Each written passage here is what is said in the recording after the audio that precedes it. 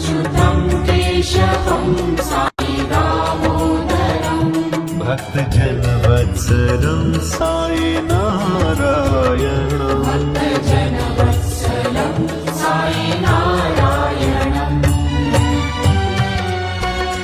श्री सच्चिदानंद सद्गुरु साईनाथ महाराज की जय। श्री गुरु चरणं स्मरणं शरणं वै गुरुहंस मंत्र तन्मय चिंतनं इह पर सौख्य इह पर जीव कैवल्य परमपदं। नमस्तेस्तु शारदा देवी काश्मीरपुरवासिनी त्वामहं प्रार्थये नित्यं विद्याबुद्धिं च देहि मे। या श्रद्धाधारणा मेधा वाग्देवी विधिवल्लभा भक्तजिह्वाग्रसदना रमादिगुणदायिनी नमामि यामिनी नाद लोकालंकृतकुंडला। श्री सच्चिदानंद सद्गुरु साईनाथ महाराज की जय।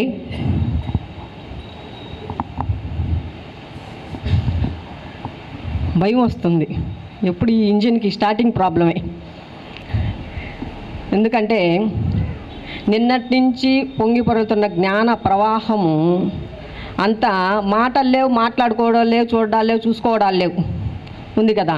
అలా అనుకున్న మాటలను కూడా మైమరిపించేంత ఇదిగా ఉంది. సరే, అందరూ చాలా చక్కగా ఇప్పుడు చెప్పారు. బాబా గారు నాకు ఏం చెప్పిస్తారో ఏం చేస్తారో. ఇక్కడ ఎందరో మహానుభావులు, అందరికీ శిరస్సు వంచి పాదాభివందనాలు. ఎందుకంటే ప్రతి ఒక్కరూ అద్భుతమైనటువంటి వారి భావన స్థితిలో వాళ్ళ యొక్క అవగాహన స్థితిలో ఎవరు తక్కువ కాదు, ఎవరు ఎక్కువ కాదు, సమయుజ్యులమే అందరము.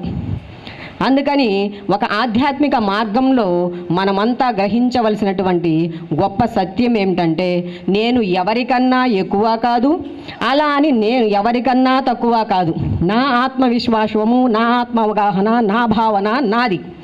ఎదుటివారి అవగాహన శక్తి, ఎదుటివారి భావన, ఎదుటివారిది వారిది. కాబట్టి ఇక్కడ మనమంతా కూడా ఒక్కటే.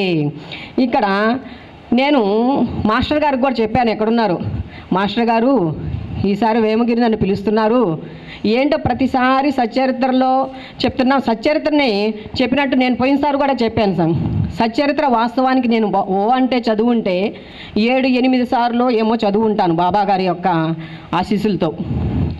అందుకని చెప్తున్నారు. అసలు అందరూ పేజీలతో పాటు, అధ్యాయాలతో పాటు ఒక్కొక్క పదాన్ని తీసుకొని, అసలు ఇందాక జ్యోతి గారు చెప్తే కూడా ఒక్క పాయింట్, అది చిన్న పాయింట్, ఎంత తత్వాన్ని తీసుకొచ్చారో చూడండి.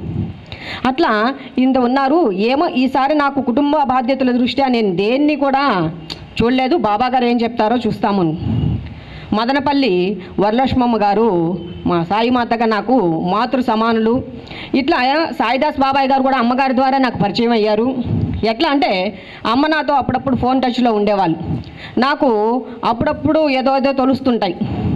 అవి ఆశ్చర్య రూపంలో కాగితంలో పెట్టుకుంటూ ఉండేదాన్ని. వాటిని అమ్మగారితో షేర్ చేసుకునేదాన్ని. ఒకసారి కటివరం పోతూ, బంగారు నాతో నువ్వు కూడా రారా, ఒకసారి వెళ్దాము అని. వాస్తవానికి మా గృహంలో పర్మిషన్ ఉండదు, కానీ బాబా గారు వారిలో దూరి పర్మిషన్ ఇప్పించి అమ్మగారితో 3 రోజుల పాటు నన్ను కటివరం పంపించడం జరిగింది. అక్కడ బాబాయ్ గారు విన్నారు. అట్లా నేను ఇలా వస్తున్నా. అలాగే నువ్వు ఎందుకు ఆందోళన పడతావురా తల్లి అని చెప్పి మొన్న భీష్మ ఏకాదశి ఇటీవల చేసుకున్నాం కదా, ఆ భీష్మ ఏకాదశి రోజు అమ్మగారు మా ఇంటికి రావడం జరిగింది. నెల్లూరులో వరలక్ష్మమ్మ గారు మా ఇంటికి రావడం జరిగింది. వచ్చి ఇట్లాంటి క్యాలెండర్స్ ఇస్తుంటారు కదా, ఇందాకనే చెప్పారు రావుజీ గారు నాన్నగారు అనేసి. ఆ క్యాలెండర్ తీసుకొచ్చి ఇచ్చి, ఇద్దో నాన్న శకుంతల ఇది ఉంచండి. నాకు చాలా పిచ్చి, ఎన్నున్నా మళ్ళీ నాన్న వస్తుంటేనే ఇంకా కూడా ఒక్కసారి అడిగి కూడా తీసుకుంటూ ఉంటాను. అట్లా తీసి చూస్తే అమ్మ అన్నారు, దీంట్లో ఏకాదశి సూత్రాలు ఉన్నాయి నాన్న అని. సరే పెట్టాను. సరే బాబా, నేను అంటూ ఉన్నాను కదా, నేను లోపల సంఘర్షణ పడుతూ ఉన్నాను. దేని మీద చెప్పాలి, ఏం చెప్పాలి, ఏంటి అవగాహన. అప్పుడు ఆ ఏకాదశి సూత్రాలు చూడగానే నా హృదయంలో ఒక ఆలోచన ఆ భావాల్లో నుంచి వచ్చింది. ఏకాదశి సూత్రాల మీద చెప్పు తల్లి అని నువ్వు అమ్మని బాబా గారు నా దగ్గరకు పంపించి ఆ సందేశం ఇచ్చారు అని. సరే అలా ఇచ్చారు కదా బాబా, ఏం తెలిస్తే నేను దాన్ని చూడాలి? సచ్చరిత్ర చదువుతున్నది, సచ్చరిత్ర కూడా అవగాహన అంతంత మాత్రమే అయ్యే. అందుకని సరే చూస్తాం, ఏం చెప్తావో ఏం చెందుతావో బాబా నీ ఇష్టం అని చెప్పి చూశాను. ఏకాదశి సూత్రాల్లో మొట్టమొదటి శ్లోకం షిరిడీ ప్రవేశమే సర్వ దుఃఖ పరిహారం, అంతే కదండి. ఏకాదశము అనేది ఏంటి? 1 + 1 = 11 కదా. 11 మనకి 11 సంఖ్య 1 1 ఉన్నాయి, 2 కదా. ఈ దేహము ప్లస్ జీవుడు అనేవి 2 ఉన్నాయి మనలో. అది 2గా అలా తీసుకున్నా ఇది భగవంతుని యొక్క రూపాలు, దశావతారాలు ఉన్నాయి కదా. దశావతారాలకు ఇంకో రూపం ఉందంటారు. ఏకాదశ రుద్రులు, ఏకాదశులు ఇన్నెన్ని ఉన్నాయి. ఏకాదశానికి చాలా ఇది ఉంది. మనకు ఎన్నో ఏకాదశులు చేసుకుంటున్నాం, చెందుతున్నాం. ఏవి కూడా 2గా ఉన్నాయి, ద్వైతము అద్వైతము, మంచి చెడు, ఇట్లా అన్నీ 2 ఉన్నాయి. ఈ 2 ఒకటిగా అవ్వడమే ఏకాదశి సూత్రాల్లో యొక్క సారాంశం. 2గా వచ్చి అంటే దేహంతో మనం భూమి మీదకి వచ్చాము, మనమంతా కూడా వాస్తవానికి చెప్పుకుంటున్నాం, మనమంతా ఒకటే. ఎలా మనుషులుగా మానవ జన్మ ఎత్తాం కాబట్టి ఒకటే. జీవులతో పోయి కుక్క నువ్వు నేను ఒకటే అంటామా? అంతా ఒకటే కదా, మనమంతా ఒకటే కదా. మరి ఎందుకని ఆ పరిణితి ఇంకా మన దాంట్లో రాలేదు. దానిలో ఉన్న ఆత్మ, మనలో ఉన్న ఆత్మ 2 ఒకటే. ద్వైతము అద్వైతము, ద్వైతము అంటే 2గా కనపడుతుంది, అద్వైతము అంతా ఒకటి, అంతేనా కదా. అట్లా ఈ విధంగా మనం చెప్పుకుంటూ పోతే ఏకాదశి సూత్రాల్లో ఎంత ఉంది. ఇక్కడ ఏకాత్మ బహురూపేణ, దశావతారాల్లో అవతారాలు 10 అయినా అవతారాలు ఎత్తిన వాళ్ళు ఎవరండి అంటే మనం ఏం చెప్తాము? అన్ని అవతారాల్లో విష్ణుమూర్తే కదా చెప్పుకుంటాం కదా. అన్ని అవతారాలని ఒక మత్స్య అవతారం కావచ్చు, కూర్మ అవతారం కావచ్చు, ఇంకోటి కావచ్చు. మూలాత్మ ఎవరు? విష్ణు పరమాత్మ. అలానే మనం అంతా కూడా ఆధ్యాత్మికవేత్తలుగా మూలం నుంచి వచ్చిన వారమే. మనం ఈరోజు కొత్తగా మనం అనుకుంటున్నాం, ఇప్పుడు పుట్టాము చనిపోయాం కాబట్టి ఇప్పుడే నేను కొత్తగా వచ్చాను, ఇంకోటి వచ్చాము. అక్కడ పరమాత్మ ఎత్తిన జన్మల్లో కూడా చాలా అద్భుతమైన సందేశాన్ని మనకు అందించారు. ఎన్నో జన్మల అవగాహన పరిణితి ఈరోజు మానవ జన్మ కూడా ఇప్పుడే వచ్చింది కాదు. ఇప్పుడు తాబేలు ఉంది, చేప ఉంది, ఇంకోటి ఇంకా ఆయన ఎత్తిన అవతారాలు అన్నీ ఉన్నాయి. అన్నీ జీవులుగా ఎత్తి ఒక జ్ఞానాన్ని తీసుకుంటూ వచ్చి రామావతారం కాడికి వచ్చాడు మహాత్ముడు. అట్లాగే మనం కూడా రజ తమ సత్వగుణాలనే గుణాలు ఉన్నాయి కదా. ఈ గుణాలను ఎన్నో జన్మల నుంచి, ఈ జన్మలోనే కాదు, మనకి ఈ మానవ జన్మతో వచ్చినప్పుడే ఈ గుణాలు లేవు. చూడండి, కుక్కలు కొన్ని చూస్తాం, కొన్ని సాధు కుక్కలు ఉంటాయి, కొన్ని మనం దాన్ని పోతున్నాయి కై అని పైకి అరుస్తూ ఉంటాయి, కొన్ని గమ్ముగా చూస్తూ ఉంటాయి, కొన్ని వాటి జోలికి వెళ్తేనే కరుస్తాయి. అంటే వాటిల్లో అన్ని గుణాలు కూడా ఉన్నాయి. అట్లాగే రజాతమ సత్వగుణాలు, ఈ గుణాలు మాలో ఉన్నాయి కదా. ఇప్పుడు మేమేదో సత్వగుణంలో, ఈ సత్వగుణానికి ముందు కూడా మనం ఈ సత్వగుణానికి ముందు రజోగుణానికి ముందు ఎన్నో పరిణితులు, ఎన్నో అవగాహనలు, ఎంతో జ్ఞానాన్ని తీసుకొని ఈరోజు సత్వగుణం అలా కొంచెం టచ్ చేసాం. దానికే మనం ఎంత పుణ్యంగా, ఎంత అద్భుతంగా, ఎంత తబ్బిబ్బైపోతున్నామో చూడండి. ఇంకా కూడా అసలు ఆ సత్వగుణాన్ని కూడా వదిలేసేటువంటి గుణాతీత స్థితికి వెళ్తే ఎంత ఆనందము కదా. మరి అందుకని ఏకాత్మ బహురూపేణ. ఇక్కడ బాబాయ్ గారు అన్నారు, జ్యోతి గారు నన్ను నాన్న అని పిలుస్తారు, శకుంతలమ్మ బాబాయ్ అని పిలుస్తుంది, వరలక్ష్మమ్మ అక్కయ్య తమ్ముడుగా అంటుంది, నిర్మలమ్మ అన్నయ్య గారు అంటుంది, ఇంకో మరికొందరు జ్ఞాని అంటున్నారు. ఇలా ఆయన ఒక్కడే కదా, సాయిదాస్ అనేవారు ఒక్కరే ఇంతమందికి ఇన్ని విధాలుగా బాంధవ్యాన్ని. అట్లాగే ఆత్మ కూడా ఒకటై ఉన్న ఆత్మ ఇన్ని రూపాలుగా ధరించి నీ అవగాహన నీతో, నా అవగాహన నాతో చేసుకుంటూ చెందుతూ ఉంది. కాబట్టి ప్రతి ఒక్కరూ మనం అవగాహనతో ముందుకు వెళ్ళేదానికి. ఇక్కడ ఇంకా మూలంలోకి వెళ్తే షిరిడీ ప్రవేశమే సర్వ దుఃఖ పరిహారము. చెప్తా ఉన్నావులమ్మ, ఎన్నిసార్లు చెప్తావు, అది ఏదో చెప్పరాదా అంటున్నారు. అది బాబాయ్ గారి అభిప్రాయం అదేనట. మరి షిరిడీ ప్రవేశమే సర్వ దుఃఖ పరిహారము. నిజమే కదా. ఇక్కడ షిరిడీకి పోని వాళ్ళు ఎవరైనా ఉన్నారు, ఒక జ్యోతిరాజు గారు తప్ప. ఎందుకంటే నాకు చెప్పేశారు ఆమె వెళ్ళలేదని. వెళ్ళారా? అందుకనే మీరు తప్ప అన్నాను, వెళ్ళలేదని తెలుసు కాబట్టి. వెళ్ళారు. సరే, మీరు షిరిడీలోకి వెళ్ళని వాళ్ళు ఎవరన్నా ఉంటే చేతులు ఎత్తండి. వెళ్ళని వారు ఉన్నారంట. సరే, మనం అంతా షిరిడీ వెళ్ళినాను కదా, మీ ఆల్సో. నేను కూడా 6-5 సార్లు పోయాను ఆయన దగ్గరికి. ఆయన అన్నాడు సర్వ దుఃఖ పరిహారము. షిరిడీలోకి ఎవరైతే వస్తే వాళ్ళ దుఃఖాలన్నీ, సర్వ దుఃఖాలు అన్నాడు, ఉత్త దుఃఖ పరిహారము అనలేదు ఆయన, దుఃఖాలన్నీ హరింపబడతాయి. అన్నాడు. కానీ మనం అందరం దుఃఖరాహిత్యం పొందామా? ఇప్పుడు నాకు దుఃఖాలు లేవు, నేను ఇదిగోండి దీంట్లో వచ్చి సంతోషంగా ఉన్నాను, ఇదిగా ఉన్నాను అని చెప్పండి మనం. కానీ బాబా అబద్ధం చెప్పాడేమో కదా, నాకైతే అనుమానం వస్తుంది. ఏంటి ఇలా చెప్పేశాడు ఆయన? ఏదో మనం పిల్లకాయలు కదా, వీళ్ళు పిచ్చి పిల్లకాయలు, ఏవైనా చెప్పినా నమ్మేస్తున్నారు, అందుకని ఏదో చెప్పేస్తే నమ్మేసి గంగిరెద్దులాలు తలూపిచ్చేసి పరిగెత్తేస్తారులే అనుకున్నట్టున్నాడు ఆయన పెద్ద ఆయన. ఆయన సాంగత్యానికి చేరి టెంకిలైనాయనే సంగతి ఆయనకి అర్థం కాలేదు. ఆయన సాంగత్యాన్ని పొంది టెంకిలైనాయన్నమాట. ఇందాక మనం చెప్పుకుంటున్నాం కదా, పరుసవేది స్పర్శను తగిలి ఇనుము అది బంగారుగా అవుతామా అవ్వమా అనేది దానికి ఉండదు, స్పృహ అయి తీరుతుంది. అట్లా ఇక్కడ షిరిడీ ప్రవేశమే సర్వదుఃఖ పరిహారము అంటే, షిరిడీలోకి ప్రవేశం నేను అనుకుంటాను, నేను క్వశ్చన్ వేసుకుంటాను అనమాట. షిరిడీకి నేను 6 సార్లు వెళ్ళానే, ద్వారకామాయిని చూశాను. బాబా మనం అందరూ చెప్పుకుంటున్నాం కదా, బాబా 60 సంవత్సరాల పాటు నివాసం ఉన్న షిరిడి ద్వారకామాయిలోనే కదా ఆయన ఎక్కువ గడిపారు. ఆ ద్వారకామాయిలో అడుగు పెట్టగానే మనకు ఉంది. కానీ నా దుఃఖాలు రాహిత్యం పొందలేదే, నేను దుఃఖ రాహిత్యం నేను పొందలేదు. ఈ రోజుకి ఒక్కోసారి అమ్మకు ఫోన్ చేస్తే ఏడుస్తా, పిల్లలు ఎదుగు అమ్మ భర్త ఇట్లా అంటున్నాడు, ఇదిగో ఈ సత్సంగాన్ని శ్రీశైలం బాబాయ్ పిలుస్తాడు కానీ పోవాలని ఉంది, ఈయన పంపినంటున్నారు, ఇదే దరువు. అన్నిటికీ ఇది కదా ఆయన చెప్పాడు. ఏదైనా నాకు ఇద్దో, నా పిల్లలకు సీట్ రాలేదో, ఇంకోట ఏదో రకంగా బాధపడుతూనే ఉన్నాను, దుఃఖరాహిత్యం. సరే బాబా ఏంటి మీరు ఇలా అన్నారు? మీరు బాబా ఇంకోటి కూడా అన్నారు, నేను ఈ ద్వారకామాయిలో కూర్చుని ఎన్నడూ అసత్యమాడను కదా. అంటే ఈ మాట ఆయన చెప్పి అసత్యం ఆడినట్టే కదా. మరి దుఃఖ పరిహారం చేస్తాను రాండ్రా అంటే మనం అందరం పిచ్చోళ్ళుగా కనిపిస్తున్నాం ఆయనకి. అసలు నిజమైనటువంటి షిరిడీ ఏమిటి? ఈరోజు షిరిడీకి మనం అంతా ఎందుకు వెళ్తున్నాము? మన ఆరాధ్య దైవమైనటువంటి షిరిడీ సాయినాథులు సశరీరంతో 60 ఏండ్ల పాటు అక్కడ నివసించి తన యొక్క తపశక్తిని ఉంచారని ఆ కృతజ్ఞతతో మనం అందరం పోతున్నాం. కానీ షిరిడీకి బాబా గారు అనేటువంటి ఆ మాణిక్యం అక్కడ ఉండకపోతే షిరిడీకి ఆ ప్రాముఖ్యత ఉందా? షిరిడీకి మనం వెళ్తామా? ఈరోజు మన అందరికీ షిరిడీ ఒక యాత్రా స్థలం, ఒక పుణ్యధామం. కానీ నేనంటాను, సాయి అనే ఒక పరం జ్యోతి అక్కడ వెలిసింది కాబట్టి ఆ జ్యోతి వెలుగు కోసం అందరం పరితపిస్తూ వెళ్తున్నాము. కాబట్టి ఆ సాయినాథుని అనుకున్నా అంటే, మన దేహమే ఒక షిరిడీ అనుకుంటే, మన హృదయ స్థానమే షిరిడీ అనుకుంటే, నీలోనికి నువ్వు చూసుకుంటే మనకి ఆ జ్యోతి యొక్క కాంతుల వెలుగుతో జ్ఞాన పరిధి పెరుగుతుంది. నిన్న సార్ కూడా చెప్పారు, అవగాహన పెరిగే కొద్దే మన స్థితిగతులు మారుతూ ఉంటాయి అని. కాబట్టి ఎప్పుడు కూడా మనం వీళ్ళు భలే చెప్పారే, వీళ్ళు భలే, మనం ఎందుకు చెప్పలేకపోతున్నాం? మనం ఎందుకు మనలోకి చూసుకోలేకపోతున్నాం? మనలోకి మనం చూసుకోవడం మొదలు పెట్టాలి కదా. ఇది మానవ జన్మ ప్రాముఖ్యము, మానవ జన్మ ఎంతో విలువైంది, శిలక పలుకులు. నీలోనికి నువ్వు ఎప్పుడు చూస్తావు? అద్దం చూస్తాం, అద్దంలో చూస్తే మన రూపం మనం ఎలా పైకి ఉన్నామో అలానే చూపిస్తుంది అద్దం కదా.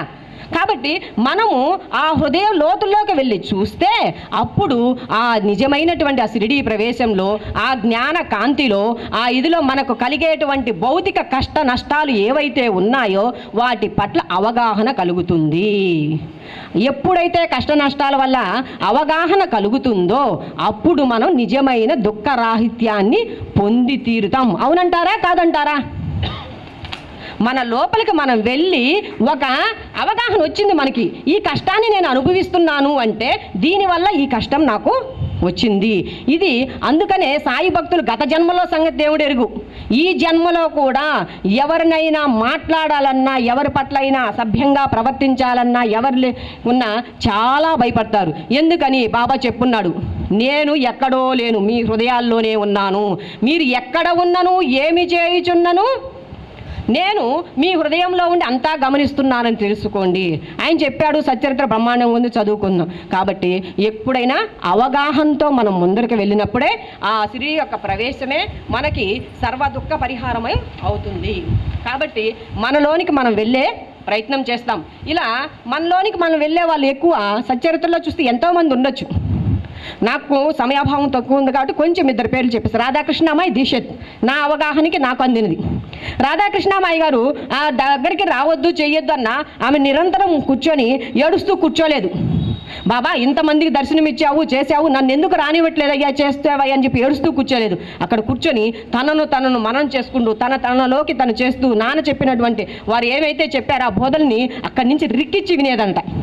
ఇక్కడ మనకి కొంతమందిమే రాగలిగాం, కొంతమంది అక్కడ పైనుండే బెంచుల మీద కూర్చొని కూడా వింటున్నారు. అట్లా ఆ తల్లి అక్కడ ఉన్నా కానీ ఆ వినేదట. ఆ ఎక్కడ ఉన్నా వినగలిగే శ్రద్ధ ఉంటే వినేవాడు ఎక్కడున్నా వింటాడు. ఇక్కడ కూర్చొని చెప్పినట్టు మనోవేగంతో ఎక్కడికైనా పోయేవాడు ఏదో లేకపోతే ఏమన్నా అనుకుంటారేమో, వినకపోతే ఏమన్నా ఒరే ఇంతమంది విన్నాం కదా, ఈమె తినకపోతే ఈమె ఏమన్నా వచ్చేసారి ఏమో రాదేమో అని అనుకునేవాళ్ళు ఇట్లా ఉండొచ్చు కూడా. కాబట్టి దయచేసి మనం అది చూస్తాం. ఎప్పుడైనా పరిస్థితిని మనకు సద్గుణాలతో భాషిల్లుతూ ఉండాలి. సద్గుణాలు అంటే ఇంత చెప్పారు, గుణాలు అంటే ఇవి తీసి పక్కన పెట్టేస్తే మనం ఎదుటి వ్యక్తిని గౌరవించడం, మనం ఎదుటి వారితో అంటే ఒక్క మాటలో చెప్పాలి అంటే ఇతరులపై మనకు ఏదైతే బాధ కలిగించే విషయం ఉందో అది ఇతరుల పట్ల మనం చెయ్యకుండా ఉండడమే. కానీ మనం మొట్టమొదటి చేసే తప్పు ఇదే. మనల్ని కానీ ఎవరన్నా అంటే ఇందాకేదో అన్నారు శ్రీమూర్తులుగా అభినందించుకోండి అంటే కాలర్లు లేవు అనుకుంటూ నవ్వుకున్నాం. మేము కాలర్లు లేవు ఎగరేసుకునేదానికి, మగవాళ్ళు అయితే షర్ట్. కానీ మనకి మనం వాళ్ళకి ఏదైతే ఇప్పుడు మనల్ని ఎవరన్నా ఒక పరుషంగా మాట అంటే మనకు బాధ కలుగుతుంది కదా. మనం అవతల వాళ్ళు అనేటప్పుడు ఒక్క సెకండ్ ఎందుకు ఆలోచించలేకపోతున్నాము? ఒక్క సెకండు ఆలోచిస్తే మళ్ళీ తిరిగి అనలేం. నాకు మా కుటుంబ సభ్యులు చాలా గొప్ప గురువులండి. నేను వాస్తవానికి ఎక్కడికి పరిగెత్తి ఎంపర్లాడింది లేదు, ఏది చేసింది లేదు. భగవంతుడు నా వద్దకు అందరినీ పంపి నాకు ఈ పుస్తక జ్ఞానం ద్వారా మస్తక జ్ఞానాన్ని ఇచ్చి, మస్తక జ్ఞానం ద్వారా ఆత్మజ్ఞానంలో పంపించి మీ అందరిలో కూర్చోబెట్టాడు. నేను ఎక్కడికి పరిగెత్తింది లేదు. నాకు ఇల్లే నాకు పెద్ద పాఠశాల. ఇక్కడికి నిజంగా మా వారు వచ్చి ఉండకపోతే అదే విన్నారు నిన్న, దంపతులుగా వస్తే బాగుంది మేము అనుకున్నాం, లేని వాళ్ళం ఏం చేయాలి, వాళ్ళు ఎట్లా అని చెప్పేసి అనుకున్నాను బాబాయ్ గారు చాలాసేపు. వాళ్ళ యొక్క అంగీకారమే ఆశీర్వాదము. లేదు నేను పంపించానని గట్టిగా అన్నారనుకోండి, నేను ఇక్కడ దాకా రాగలనండి? లేదు కదా. నా బిడ్డ అమ్మ నేను చూసుకుంటాను, నువ్వు వెళ్ళి రామ్మా అని చెప్పిందంటే కొందరికి వచ్చే అవకాశం ఉండి రాగలరు, కొందరికి రావాలనున్న జనంలో కొందరు భీతితో రాలేరు. అలా వారి అంగీకారమే నాకు అక్కడ ఆశీర్వాదాలై, ఇక్కడ అశ్చింతలై నా వాక్కులుగా ఇక్కడ మాట్లాడుతూ ఉన్నాను. అందుకని మనం ఇంకా విషయంలోకి వెళ్తే 2వ శ్లోకంలోకి వెళ్దాం. ఆర్తులైననేమి నిరుపేదలైననేమి ద్వారకామాయి ప్రవేశం అనరించినంతనే సుఖ సంపదలు పొందగలరు. ఇక్కడ కూడా మళ్ళీ ఇందాక దుఃఖరాహిత్యం అన్నాడు, ఇక్కడ సుఖ సంపదలు అంటున్నాడు. ఎవరంట? ఆర్తులైననేమి నిరుపేదలైననేమి. ఏంటి బాబా మాటలు అసలు ఏం అర్థం కావట్లేదు ఆయనకి. ఆర్తులు నిరుపేదలు. ఇక్కడ ఒక శ్లోకము భగవద్గీతలో ఒక శ్లోకం గుర్తొస్తుంది. శ్రీకృష్ణుడు అర్జునుడికి సంవాదం జరిగినటువంటి చతుర్విధ భజంతే మాం జనా సుకృతోర్జన ఆర్తో జిజ్ఞాసు అర్థార్థి జ్ఞానీచ భరతర్షభ అని చెప్పి ఆయన్ని 4 రకాల వాళ్ళు భజిస్తూ ఉన్నారంట. ఇక్కడ అది ఎవరో చెప్పినట్టు నేను జ్ఞాని అయిపోయాను, నేనే గొప్ప అంటారా నాయన, నువ్వు ఇప్పుడు పూజలు పురస్కారాల్లో ఉండవు, నువ్వేం వేస్ట్రా అనేదానికి లేదు. ఆ పూజలు పునస్కారాలు ఇవన్నీ కూడా ఈ ఆచారాలు మనం ఎన్నో జన్మల నుంచి పాటిస్తూ చేస్తూ వస్తే ఈరోజు మనం ఇలా ఉన్నాం. ఏదో ఒక రోజు వాళ్ళు కూడా ఖచ్చితంగా వచ్చి తీరుతారు. ఈ నమ్మకం మనం ఆ బాటలో నడిచినాం కాబట్టి 100కు 100% ఖచ్చితంగా ఉంది. అట్లా ఈయన అంటున్నాడు ఆ 4 వర్ణాలు ఎవరు? ఆర్తులు, అర్ధార్థులు, జిజ్ఞాసు, జ్ఞానులు, ముముక్షువులు అంటున్నాడు. ఇక్కడ సరే బాబా అన్నాడు, మళ్ళీ అది బాగానే ఉంది, ఆయన అట్లా శుద్ధంగా చెప్పాడు పాపం కృష్ణుడు. ఈయనేమంటున్నాడు? నిరుపేదలైననేమి. నిరుపేదలైనా కూడా ఆయన పూజించండి అంటే అప్పుడు డబ్బున్న వాళ్ళు, డబ్బు లేని వారు. నిరుపేదలు అంటే ధనం లేని వాళ్ళే కదా, అవునా? అక్కడ ధనం లేని వారు నిరుపేదలు కదా. ఈయన నిరుపేదలైననేమి అంటున్నాడు. వాళ్ళను కూడా ద్వారకామాయి అదే సుఖ సంపదలు ప్రవేశం అనరించనే సుఖ సంపదలు అందగలరు. ఇక్కడ ఆర్తులు అంటే ఆపత్ సమయంలో ఇందాక చెప్పారు నిర్మలక్క గారు, బీవీదేవికి వాళ్ళ ఇంటికి భోజనానికి పిలిచినప్పుడు ఆయన వెళ్ళలేదు, పోయినా గుర్తించక వెళ్ళలేదనేటువంటి ఆర్తిలో పుట్టుకొచ్చిందే కదా బాబాయ్. ఆ రుసోమమ ప్రియాంబిక అనేటువంటి ఇది అంటే గజేంద్ర మోషన్లో ఆ గజేంద్రుడు కూడా పోరాడి చివరికి అలసిపోయి ఆర్తితో ఏ నానా అని చెప్పి ఆయన పిలిస్తే భార్యని అక్కడ ఉండేటువంటి యాజమాన్యాన్ని ఎవరు అంటే మన ప్రేమ తప్త హృదయానికి భగవంతుడు బానిసుడు. భగవంతుడి బానిసుడు కాదు, కదిలి వస్తాడు. అటువంటి ప్రేమ హృదయంతో మనం పిలవాలి ఆయన్ని. ఇక్కడ నిరుపేదలైననేమి అన్నారు కదా, నిరుపేదలు అంటే ఆయన డబ్బున్నోళ్ళు డబ్బు లేని వాళ్ళు, ఇదే ఆయన ఆలోచన అయితే బూటీని సమానంగా చూశాడు, మహర్షాపతిని చూశాడు, ఏమీ లేని బాగోజీని చూశాడు, ఇంకా అందరిని చూశాడు కదా. మరి ఈరోజు ఆ నిరుపేదలు అనేటువంటి మాట ఎందుకు వాడాలి ఆయన? ఇది ఏది పైన కృష్ణుడు చెప్పాడే 4 రకాల వాళ్ళని, ఆర్తులు, అర్ధాతులు, జిజ్ఞాసులు, ముముక్షువులని. ఇటువంటి ఏది అంటే సద్గుణ సంపన్నత. వాస్తవానికి నిజమైనటువంటి సంపద ఏమిటండి? సద్గుణత్వం. వాళ్ళు సద్గుణాలే నిజమైన సంపన్నము. కాబట్టి ఆ నిజమైనటువంటి నిరుపేదలైన ధనం లేని వారికి భేదం ఉంటే వారు అసలు బాబాకి ధనవంతుడి వీడు ధనం లేనోడు ఇంకొకటి అంటే ఆయన భగవంతుడు ఎలా అయ్యాడు? ఈరోజు మనందరి చేత ఎలా ఆరాధింపబడుతున్నాడు? ఆయన ఇందాక చెప్పారు సమానత్వం అన్నారు కదా బాబా. సమదర్శి ఎలా అవుతున్నాడు బాబా? ఇప్పుడు శకుంతలమ్మ అయితే ఆయనకి ఒకటి, అప్పారావు గారు అయితే ఒకటి, సాయిదాస్ గారు అయితే ఒకటి, ఇంకొకరైతే ఇంకొకటి. ఎవరి కర్మలకు వాళ్ళకి శిక్షించడండి మన తండ్రి. శిక్షణ ఇస్తాడు. నానా ఇలాంటి అవగాహనతో నువ్వు లేవు కాబట్టి ఈ కష్టాన్ని ఎదుర్కొంటున్నావురా, ఇటువంటి అవగాహన నువ్వు కల్పించుకో, దాని నుంచి అనుభవాన్ని పాఠంగా తీసుకో అని చెప్తాడే కానీ తండ్రి ఎప్పుడు కొరడా దెబ్బలు మన నేయుడు. అట్లా ఆయన నిజమైన నిరుపేదలు అంటే ఇటువంటి ఏమీ లేని వారైనా ద్వారకామాయి ప్రవేశం అనరించినంతనే సుఖ సంపదలు అందగలరు. ఎట్లా? వాళ్ళు సాయి అనే నామన్నాము, పారాయణం అన్నాము, ఇది పట్టుకున్నా చాలు కదా. అది కూడా మనలోనికి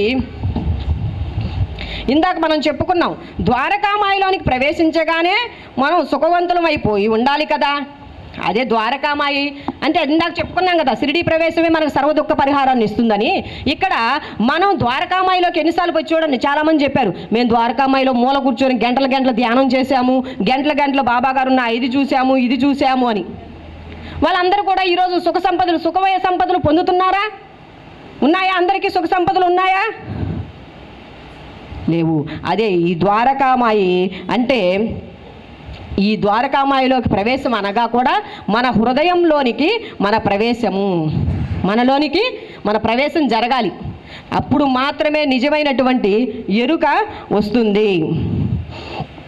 ఇక్కడ ఏ పరిస్థితినైనా మనం సమస్థితితో చూస్తూ ఏం బాబా ద్వారకామాయిలో అది భగవన్ నిలయము. మన హృదయమే భగవన్ నిలయం అయితే దానిలోకి ప్రవేశించగలిగినట్లయితే ఎట్టి పరిస్థితినైనా మనం సమస్థితిగా చూస్తాము. అంతే కదా. జ్ఞాని ఇక్కడ చూడండి, మాస్టర్ గారు ఒక మాట రాస్తున్నారు. యోగి అయిన వారికి పోయిన వస్తువుని గురించి విచారము కానీ రాబోయే వస్తువు గురించి ఆసక్తి కానీ ఉండదు. ఆయనకి ఆశించడము ఉండదు, అట్లని ఇది రాలేదే, ఇది నా వద్ద నుంచి పోయిందని విచారము మాత్రము ఉండదు, ఏది ఉండదు. అట్లా జ్ఞాని కూడా మనకు భగవద్గీతలో చెప్తాడు జ్ఞాని లక్షణాల్లో. అట్లా ఏది ఉండదు. మన లోపలికి అంటే ఇప్పుడు గాంధీ తాత అంత గొప్పవాడు, పాదవల్లభుడు అంత గొప్పవాడు, షిరిడి సాయిబాబా అంత గొప్పవాడు, రాముడు మనిషిగా వచ్చా, నువ్వేంది? ఇప్పుడు మన పటాన్ని పెట్టి మన వాళ్ళు పూలమాల ఏమంటే 2-3 రోజులు వేస్తారు. వచ్చే సంవత్సరానికి పూలమాల ఖర్చు ఎక్కువ అయిపోయింది డాడీ, కొంచెం కుంకుమతో సర్దుకోవని కుంకుమ బొట్టు పెట్టి వేస్తారు.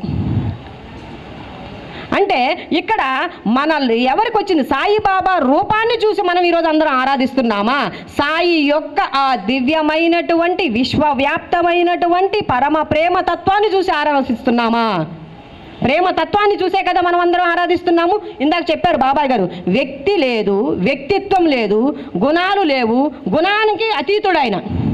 ఇవి చెప్తున్నాం. కాకపోతే శాస్త్రాల్లో చెప్పారు భగవంతుడి యొక్క గుణగుణాలు ఇలాంటివి అలాంటివని. ఆయన ఎప్పుడు ఎలా ఉంటారో ఏమీ లేదు, కానీ కొన్ని ఆచరించి చూపారు. నిజమైన సాధకుడికి నిరహంకారం కావాలి, ఎవరినైనా తన వారుగా భావించేటువంటి గొప్ప గుణం ఉండాలి. ఇవన్నీ నువ్వు నేర్చుకోకుండా ఇవన్నీ లోపల మాత్రం హృదయం వజ్రం కంటే కఠినంగా పెట్టుకొని మీరు చూస్తే మిమ్మల్ని చూడాలనిపించింది. ఈ పెదాల మీద ఆప్యాయతలు ఒలకపోసే దాన్ని తీసి పక్కన పడవేయండి. అది ఎవరికి నష్టం? మీకు నష్టం. మనం అనుకుంటాం ఎదుటి వారికి ఏదో మనం మెప్పించేదానికి చేస్తున్నాము, ఇంకోటి అనుకుంటున్నాం. ఇవి ఏది కూడా ఎదుటి వారికి ఏమీ కాదండి. నువ్వు నచ్చితే నీతో ఉంటారు, నువ్వు నచ్చకపోతే వెళ్ళిపోతారు. కానీ నీకు ఈ జన్మను సార్థకం చేసుకొని ఇంకా ఉండాలి ముందరికంటే నిన్ను నువ్వు మార్చుకొని చూడు, నువ్వుగా మారి చూడు. ఎవరి ప్రశంసలు మనకు కావాలి? ముందర నువ్వు ప్రేమించుకుంటే అవతల వాడిని నువ్వు ప్రేమిస్తావు. ప్రేమ యొక్క విలువ, ప్రేమ యొక్క తత్వం, ప్రేమతత్వం యొక్క అనుభూతి నువ్వు చెందకపోతే ఎదుటి వాడిని నువ్వేం ప్రేమిస్తావు? నిన్ను చాలామంది అంటారు, నా మీద నాకు ఏ ప్రేమ లేదు, వాళ్ళు బాగుంటే చాలు. అసలు ప్రేమ అంటే ఏంటో తెలియదు, నిన్ను నువ్వు ప్రేమించుకోవడం తెలియదు. అట్లాంటప్పుడు నువ్వు ఎదుటివాడి నీ మీద నాకు ప్రేమ ఉందని ఎలా చెప్తావు? ఇవన్నీ కూడా చిలక పలుకులు, మనల్ని మనం మభ్య పెట్టుకునేటువంటి గొప్ప మాటలు. కాబట్టి వీటన్నిటిని కూడా మనం కట్టి ఎక్కడ పెట్టాలి? మూట కట్టి గోదావరిలో వేసేద్దాం. దగ్గరే ఉంది కాబట్టి మనకది. కాబట్టి మనం మన హృదయంలో ఉండేటువంటి ఆ జ్యోతి ఏదైతే ఉందో, ద్వారకామాయి ఆ రూపాన్ని మనం వెలిగించుకుంటే ప్రభావాలు ఇప్పుడు ఎప్పుడైతే మన లోపల ఉన్నటువంటి భగవత్ తత్వాన్ని, ఆ ప్రేమ తత్వ రసానుభూతిని మనం గ్రోలుతూ ఉంటామో అప్పుడు ఏవైతే చెప్పుకుంటున్నారో చూడండి, ఇంద్రియాలు ఇంకోటి ఎన్ని అరిషడ్ వర్గాలు 100 రకాలుగా ఏదో ఉన్నాయి కదా, వాటన్నిటి ప్రభావము మన మీద తగ్గి తీరుతుంది. ఎందుకు నువ్వు అంతర్ముఖం అయ్యావు? బయట చూసేటువంటి నువ్వు చెప్పాడు ఆయన, ఒరే నాటకాలన్నింటినీ సాక్షిగా చూస్తూ ఉండరా అన్నాడు. కాదు, ఆ నాటకంలో నాకు ఒక పాత్ర కావాలని వచ్చి మనం ఇక్కడికి ఆ నాటకాన్ని నేను ఆడను అని చెప్పి, అసలు ఆడమన్న నాటకాన్ని అంటే వాస్తవాన్ని నీ కుటుంబ సంబంధ బాంధవ్యాలతో నువ్వు నాటకం ఆడేదానికి వచ్చావు. కానీ ఆ నాటకాన్ని నువ్వు వదిలేసి అలా పక్కింట్లో ఏం జరుగుతుందా, ఇలా ఎదురింట్లో ఏం జరుగుతుందా, ఒరే ఇట్లా ప్రవచకులు ఉన్నారు కదా, వాళ్ళు ఇలా అంట, వీళ్ళు ఇలా అంట, ఇవి మాట్లాడుకుంటూనే నన్ను చాలా వ్యర్థం చేసేస్తున్నాం. కాబట్టి చాలా తస్మాత్ జాగ్రత్త. నిన్న వర్మ గారు చెప్పారు ఒకటి భావన జాలం, అది మనల్ని చాలా, ఒక అమ్మగారు ఉంటారు ముదివత్తులు, అమ్మ చెప్తుంది, ఒక ఆలోచన నువ్వు అతి రహస్యముగా చేసినప్పటికీ ఏదో ఒక రోజు అది క్రియ అయి వచ్చి నిన్ను దహించి వేస్తుంది. అది ఒక దుషాలోచన అయితే, అదే ఒక సత్ ఆలోచన మనం చేసినట్లయితే అదే మంచిగా వచ్చి మనల్ని రక్షిస్తుంది. నేను ఎవరు నన్ను గురించి పైకి నేను మాట్లాడకపోతే నాలో వచ్చే ఆలోచనలు ఎదుటివారు గమనించలేరు కదా, చేయలేరు కదా, మనం రోజుకి ఎన్నెన్నో చేసేస్తాం. కానీ నువ్వు వదిలిన ఆలోచన ఈ యొక్క విశ్వంలో వ్యాపించి, అది మనం అన్న కదా, ప్రతిసారి చెప్తుంటాను నేను, చర్య ప్రతిచర్య, స్పందన ప్రతిస్పందన. ఒక చర్య జరిగింది, దానికి ప్రతిచర్య ఖచ్చితంగా జరిగి తీరుతుంది. గోడకేసిన బంతి ఎలా అయితే తిరిగి వెనక్కి వస్తుందో అలాగే నువ్వు చేసిన చర్య నిన్ను దగ్గరకు వచ్చి చేరుతుంది. అట్లాగే ఈరోజు ఇక్కడ మీ అందరి హృదయాల్లో ఏవైతే స్పందనలు ఉన్నాయో ఇక్కడ అనుకుంటారు, అరే ఏం చెప్తుంది ఇదన్నీ మాకు తెలిసి, మాలో ఉన్నాయే కదా అని చెప్పేసింది. ఇందాక జ్యోతిరాజ్ గారు చెప్పేటప్పుడు కానీ, బాబాయ్ గారు చెప్పేటప్పుడు కానీ, నిన్న నిజంగా అసలు కృష్ణా సారు చెప్తుంటే నేను బాబాయ్ గారితో కూడా అన్నాను, బాబాయ్ గారు అసలు నిజంగా ఎలా ఉందంటే మన లోపల భావాలు తీసుకొచ్చి అలా గుమ్మరించేశారేమో. అంటే ఎప్పుడైతే ఆ ఆలోచనలు ఇది ఉన్నప్పుడే మనకి అటువంటి ఆలోచన కలుగుతుందన్నమాట. అట్లా కాబట్టి నువ్వు చేసే ఆలోచన చాలా మీ హృదయాల్లో స్పందించేటువంటి స్పందనలే ఈరోజు నాకు ప్రతిస్పందన ఇక్కడి నుంచి వాక్కులుగా వస్తున్నాయి. మా అప్పారావు సార్ వాచి చూసుకుంటున్నారు సార్, దయచేసి ఇంకొక బాబాయ్ గారు చెప్పినట్టు కొద్దిగా ఏదో రాసుకున్నా ఏదో చెప్పకపోతే మేము ప్రిపేర్ అయినాయి, అందుకని ఒకరు కొంచెం ఓర్చుకోండి, తొందరగా లాగేస్తాను. అందుకే పాపం మా రాజేంద్ర ప్రసాద్ బాబాయ్ గారు, మీ అమ్మాయినండి, కొంచెం ఓర్చుకోండి. ఇక్కడ మన ఇంద్రియాల పటుత్వం మన పైన తగ్గుతుంది. ఇంద్రియాల పటుత్వం ఎప్పుడైతే తగ్గుతుందో చెప్పాను కదా, ఇవన్నీ జరుగుతాయి. ఈ శ్లోకంతో వీలైనంత వరకు ముగిసే ప్రయత్నం చేస్తాను. ఇక్కడ ఈ భౌతిక దేహానంతరము సహితము నేను ఇక్కడ ఇంకా మనం ద్వారకామాయి ప్రవేశం అనుసరించిన సుఖ సంపదలు అంటే భౌతికంగా భీమాజీ పాటిలు, మేగుడి చాలామంది ఉన్నారు. ఇంకా మీకు సచరిత్ర గురించి నేను టూకీగా చెప్పాల్సిందేం లేదు. ఇక్కడ 3వ శ్లోకంలోకి మనం వెళ్ళినట్లయితే ఈ భౌతిక దేహానంతరము సహితము నేను అప్రమత్తుడనే, బాబా గారు ఇచ్చిన అద్భుతమైన వాక్యం. ఈ భౌతిక దేహానంతరం, ఆయన భౌతికంగా మనకు అదే కదా చెప్పారు. అంటే నిర్గుణమైనటువంటి ఆ పరబ్రహ్మను, మనం నిరాకారమైనటువంటి ఆ పరబ్రహ్మను గుర్తించేటువంటి జ్ఞాన పరిధి మనకు లేదు కాబట్టి మనకు ఆయన కోసం అంటే సాకారము అని నిన్న వర్మసాయి గారు చెప్పారు. అట్లా సాకారమై వచ్చి మన అందరి కోసం వచ్చి తను ఎన్నో బోధన చేసి చూపారు. అయినా ఇక్కడ ఏమిచ్చాడు మాట, ఈ భౌతిక దేహానంతరము సహితము నేను అప్రమత్తుడనే అంటున్నాడు.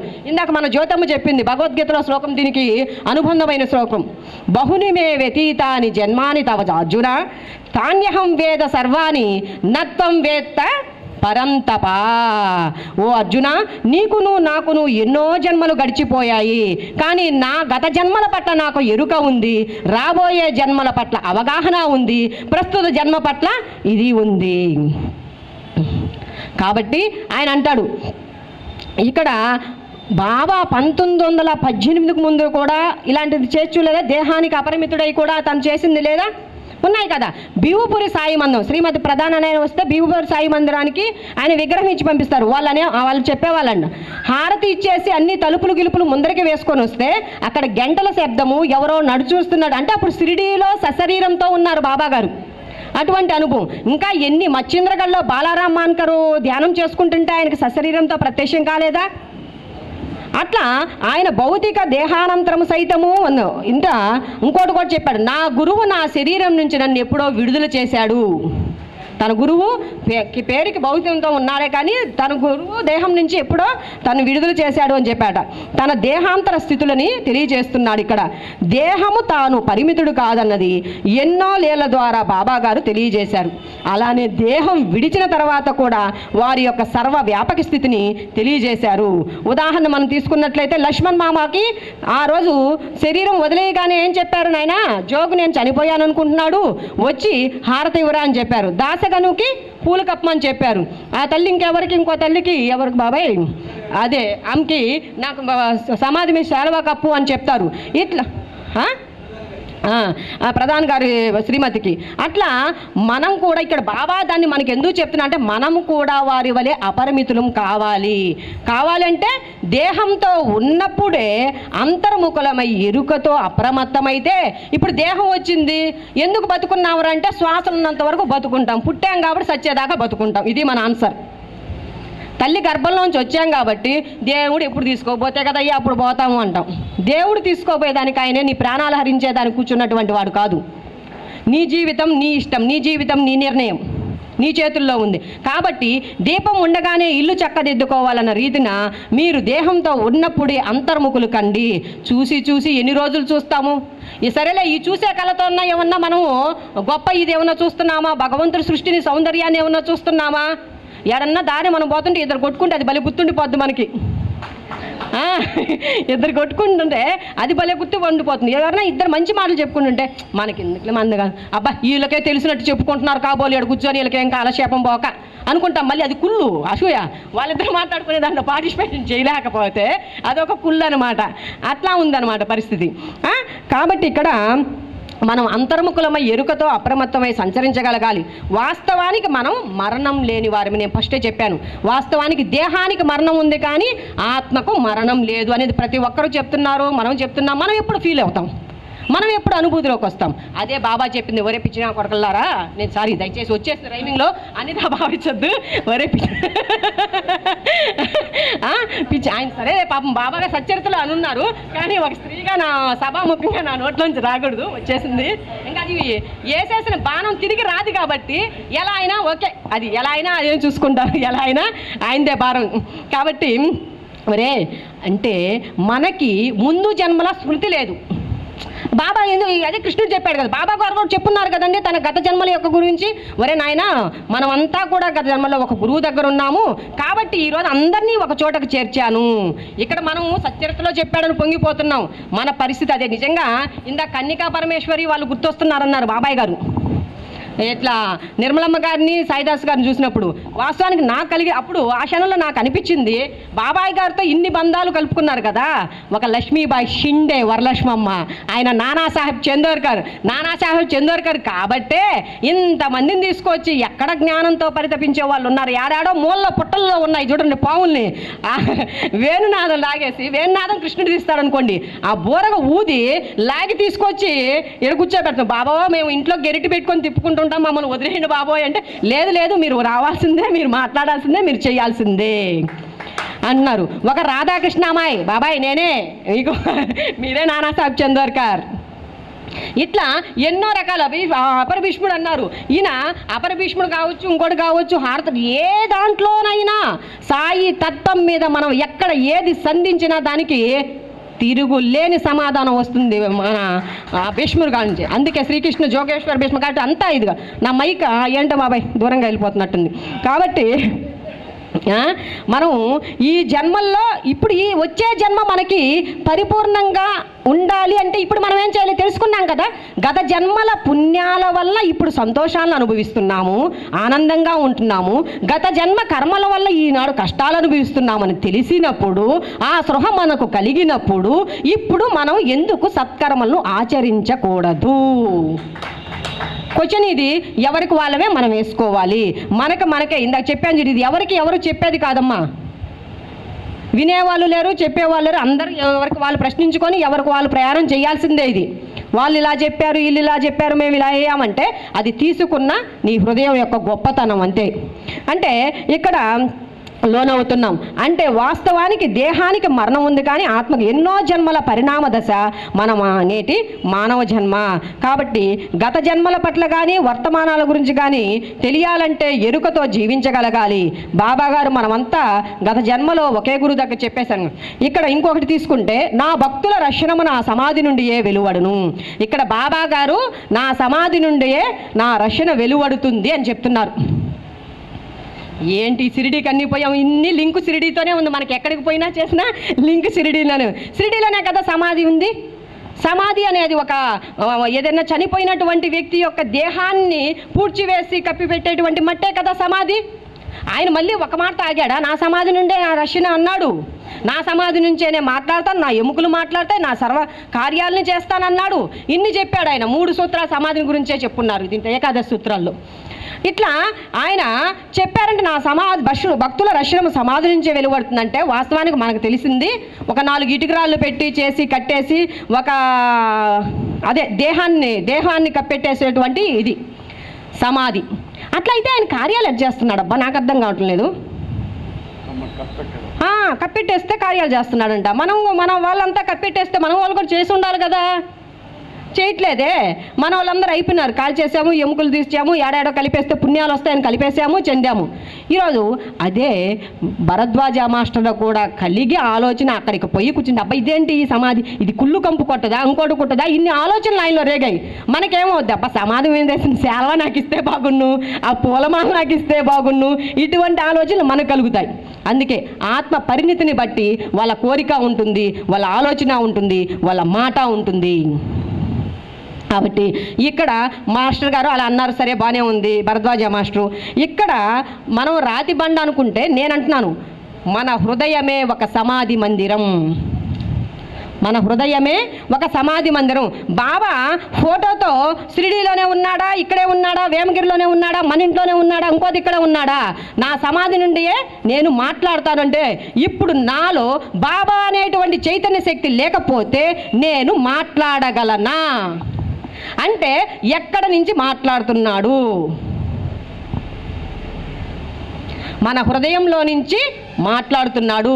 వీరి హృదయంలోని నా హృదయంలోంచి మాట్లాడేటప్పుడు నేనుగా మాట్లాడుతున్నారు, అవతలి వారి హృదయంలో నుంచి మాట్లాడేటప్పుడు నువ్వుగా ఉన్నారు, మీరు మాట్లాడారు అంటున్నాం ఇక్కడ. అంటే మన అందరి హృదయాలు సమాధి మందిరాలే.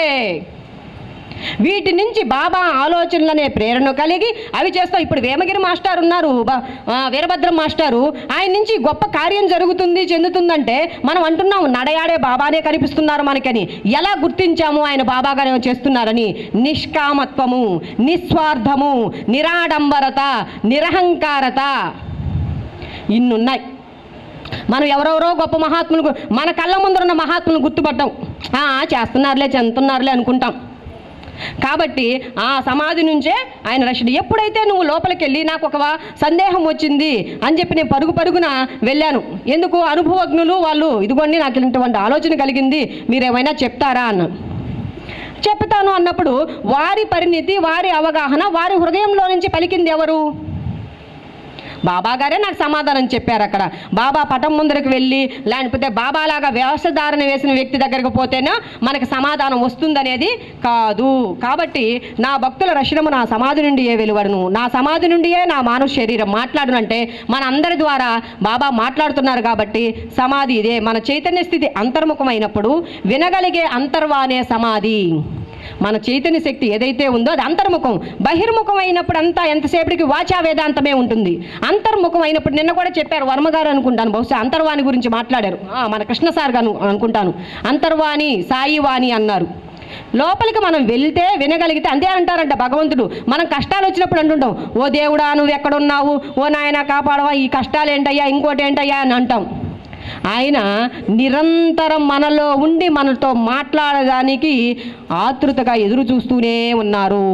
కానీ మనం దాన్ని గుర్తించక ఎవరో బయట వచ్చి చెబితే విని ఆనందించాలనుకుంటున్నాం కాబట్టి ఆయన అలా ఉన్నాడు. నన్ను ఆశ్రయించిన వారిని, నన్ను శరణు జొచ్చిన వారిని రక్షించడమే నా కర్తవ్యము అంటున్నారు. ఎవరైతే తనను శరణు జొచ్చుతారో వారిని మాత్రమే కాపాడతారట ఆయన. ఇట్లా దీనిలో ఒక అద్భుతమైన లీల, అంటే సచ్చరిత్రలో కాకుండా నేను ఈ లీల చెప్పేసి ఇంతటితో ఆపేస్తాను. సచ్చరిత్రలోనే కాదండి లీలలు, ఈరోజు మనందరి జీవితాల్లో క్షణం క్షణం క్షణం క్షణం మనం అనుభవిస్తున్న మధురానుభూతులు లీలలు. కాకపోతే హేమట్ పంతుకు ప్రేరణ కలిగి ఆ రోజు రాశారు. ఇప్పుడు అంత రాసేటువంటి ప్రావీణ్యము, కాకపోతే హేమట్ సచ్చరిత్రలో ఆ యొక్క భక్తుల లీలలతో పాటు అగాధమైన జ్ఞాన తత్వాన్ని చాలా ఆకలింపు చేశారు. అందుకే ఆ సచ్చరిత్ర అంత ప్రాముఖ్యాన్ని, అంత దాన్ని పట్టుకుంటే బాబాయ్ గారు చెప్పినట్టు ఒక్క పదం చాలు, మనకి సరిపోతుంది. ఒక పారాగ్రాఫ్ తీసుకున్నాం అనుకోండి, 2 గంటలు కాదు 3 గంటలు కాదు, చాలదు టైము దాని గురించి పూర్తిగా మాట్లాడాలి అంటే. అట్లాగే నన్ను ఆశ్రయించిన వారిని, నన్ను శరణుజొచ్చిన వారిని రక్షించడమే నా కర్తవ్యం అన్నాడు. అట్లా ఆయన ఆశ్రయించిన వాళ్ళని ఔరంగాబాద్ గారు భార్యకి బిడ్డలనిచ్చాడు, ఇంకొకరికి ఇంకోటి చేశారు. అట్లాగే బాబాని, ఇప్పుడు అది నా తండ్రి అనుకుంటానని అమ్మగారు చెప్పారు ఇందాక, మదనపల్లి అమ్మగారు నా తండ్రి గారు అనుకుంటాను ఆయన్ని. అట్లాగే మా బంధువుల అమ్మాయి, ఒక అమ్మాయి బాబా గారిని మేనమామ అని పిలుస్తుంది. వాళ్ళ అమ్మగారు తమ్ముడు అనుకొని ప్రతి సంవత్సరం ఆయనకి రాఖీ కడుతుంది. రాఖీ కట్టి తర్వాత తమ్ముడు అని పిలిస్తే ఆ అమ్మాయికి చాలా ఒక సంఘర్షణ, ఒక రకమైనటువంటి క్లిష్ట పరిస్థితిని ఎదుర్కొందనమాట అమ్మాయి. ఎట్లా అంటే అది వాళ్ళ కుటుంబ సభ్యుల పట్ల కొన్ని కలహాలు, కొన్ని స్నేహితుల పట్ల ఇది చేసినప్పుడు ఆ భీతికి, ఆ భయానికి, వాటికి తట్టుకోలేక గోడకి వేసి తల కొట్టుకొని చనిపోవాలనే దగ్గరికి వచ్చింది. అంటే ఆ క్షణంలో తల్లిదండ్రులు దగ్గరలో లేరు. తల్లిదండ్రులు పూణేలో వాళ్ళ పెద్దక్కయ్య దగ్గరికి వెళ్ళున్నారు.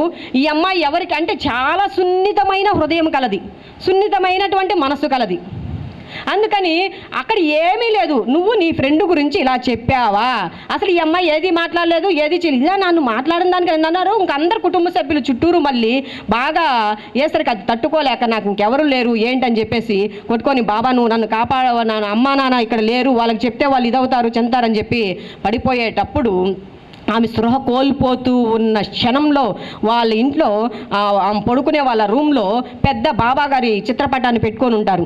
దాంట్లో నుంచి అమ్మాయికి కనిపిస్తుందట యమబట్లు వస్తున్నట్టు అన్నీ అయిపోయింది నా జీవితం. డాక్టర్ని తీసుకొచ్చారు, చెక్ చేశారు, బీపీ డౌన్, ఇంజెక్షన్ వేసేదానికి కూడా నరం అందటం లేదు, చేయటం లేదు. ఈ అమ్మాయితో కష్టం. ఇంట్లో వాళ్ళు అప్పుడు గజగజ వణుకొచ్చి, ఒరే వాళ్ళ అమ్మా నాన్న ఇక్కడ లేరు, ఇలా చేసుకుందంటే ఏం కారణాలు వస్తాయి ఏమిటోనని వాళ్ళు భయపడిపోతున్నారు. అంతే ఆ ఒక్క సెకండ్లో చేశాడంటండి. ఆ అమ్మాయికి స్పృహ కోల్పోయే ఆ క్షణంలో బాబాసాయి చూస్తూ అలా ఇదైతే బాబా నుంచి ఒక వెలుగులాగా వచ్చి ఆ వేసేటువంటి యమ పాశము పడాపంచులైతూ వెనక్కి వెళ్ళిపోయిందట. ఆ అనుభవాన్ని ఆ అమ్మాయి పొంది తర్వాత నిదానంగా చెప్పింది.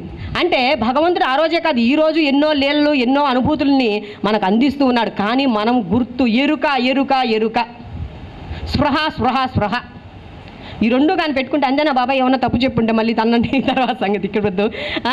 అందుకని ఎరుకతో ఉండాలి ఎప్పుడు కూడా. మనం స్పృహ కలిగి ఉండాలి. మనం మాట్లాడే పని పట్ల, మాట్లాడే మాట పట్ల, చేసే పని పట్ల, ఉండేటువంటి సభ్యుల పట్ల. ఇప్పుడు మనది కాని విషయం ఏదైనా మన చెవును పడుతుంది, అక్కడి నుంచి వచ్చే పని చేద్దాం. రిక్కిచ్చి ఇది ఇలా పెట్టుకొని విననట్టుగా ఇటు మళ్ళీ ఇటు విని ఇది ఎవరొకరు చెవిలో పోద్దాము అనే ఆలోచన చెయ్యొద్దు దయచేసి. ఇది మనల్ని మనం ఉద్ధరించుకునే దానికండి. ఎవరిని ఎవరు వాళ్ళు ఉద్ధరించరు. నేను పోయినసారి కూడా చెప్పాను, ఇది భగవద్గీతలో ఆత్మ ఉద్ధారణ, నువ్వు ఉద్ధరించుకో. ఇప్పుడు చాలా అంటారు, ఒక వెలిగే దీపమే మరో దీపాన్ని వెలిగించగలదు. నిజమే కదా, ఒక వెలిగే దీపమే మరొక దీపాన్ని వెలిగించగలదంట. ఎప్పుడు వెలిగిస్తుంది ఆ దీపాన్ని? ఇప్పుడు దిమ్ము ఉంది, దిమ్మిలో ఒత్తేసి నేను పెట్టా, మీరు వెలుగుతా ఉన్నారు కదా, వెలిగించండి చూస్తా. సాధ్యపడదు. ఎప్పుడైతే అది సిద్ధమైంది, దాంట్లో నూనె ఒత్తి అన్నీ పడి ఆ నూనె ఉండేదానికి కావాల్సినటువంటిది అన్నీ సమపాల్లో ఉన్నప్పుడే, అంటే ఇప్పుడు ఆతృత తపనతో ఉన్నప్పుడు మాత్రమే. దాన్ని చేతులు ఎక్కువ నలిపేస్తున్నారు. జై సాయి. श्री श्री चिदानंद समर्थ सद्गुरु साईनाथ महाराज की जय। ओम साई श्री साई जय जय साई। ओम साई श्री साई जय जय साई। ओम साई श्री साई जय जय साई। ओम साई श्री श्री श्री श्री सच्चिदानंद समर्थ सद्गुरु साईनाथ महाराज की। श्री श्री श्री सच्चिदानंद समर्थ सद्गुरु साईनाथ महाराज की।